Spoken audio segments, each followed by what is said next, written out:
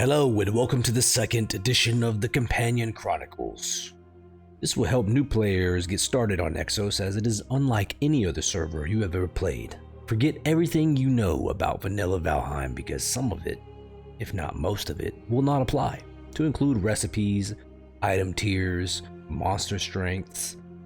For example, some of the first monsters you may encounter are goblins. They are not as difficult as they are in vanilla Valheim, so just keep that in mind.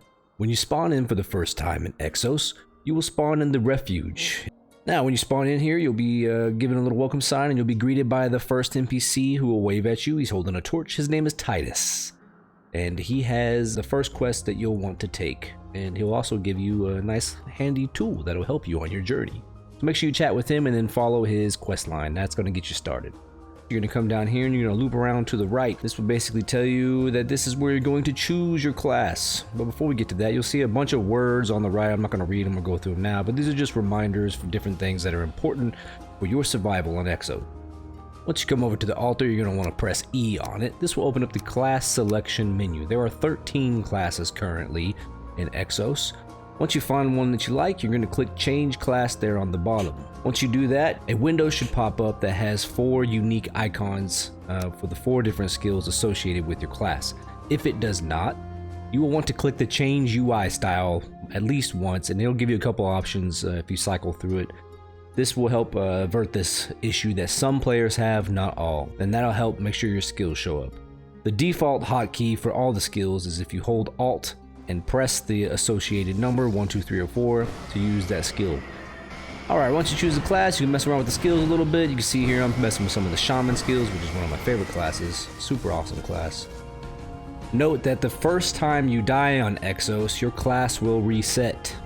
Just keep that in mind. There's a couple reasons for that, not super important, but the first time you die, you're going to need to come back to the altar and choose your class. Also note that anytime you change your class, your helmet will be unequipped. There's also a reason for that later, which you will have to find out for yourself.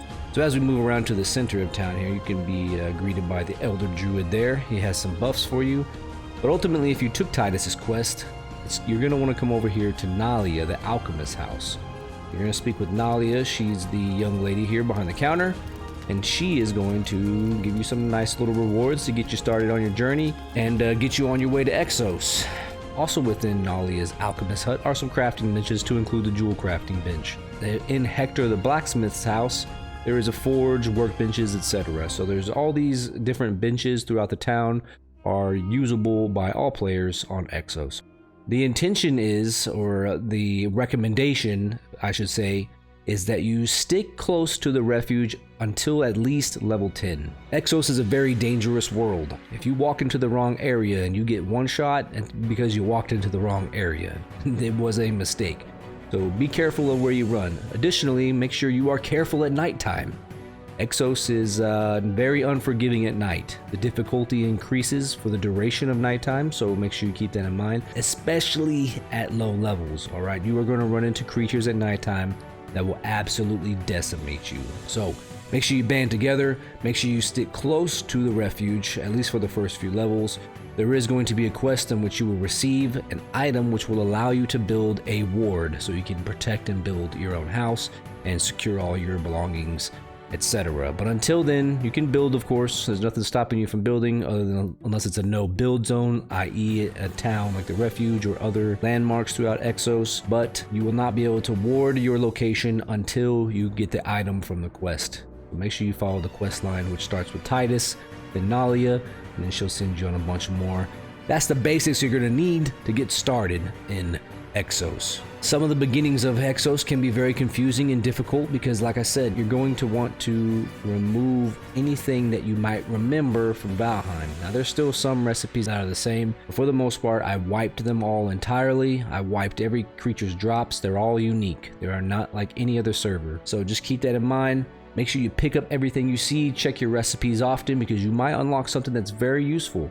Actually, you will unlock many things that are very useful that you would typically associate with as not useful. Like resin, for example. It's usually useless in vanilla Valheim. It is very useful in Exos. I say all that to say I hope you get the chance to check out Exos and I hope you thoroughly enjoy this unique creation that we have made, unlike any other server out there that currently exists. The amount of hours and the amount of time put into this, not only by myself, but also my team and the alpha and beta testers providing a countless amount of feedback to help hone and polish this server and ultimately the multiverse of servers that is going to be coming with Exos. Couldn't have done it without everybody's help, so appreciate you all if you are watching this. I hope to see you in the digital world of Exos. Good luck, Telosian.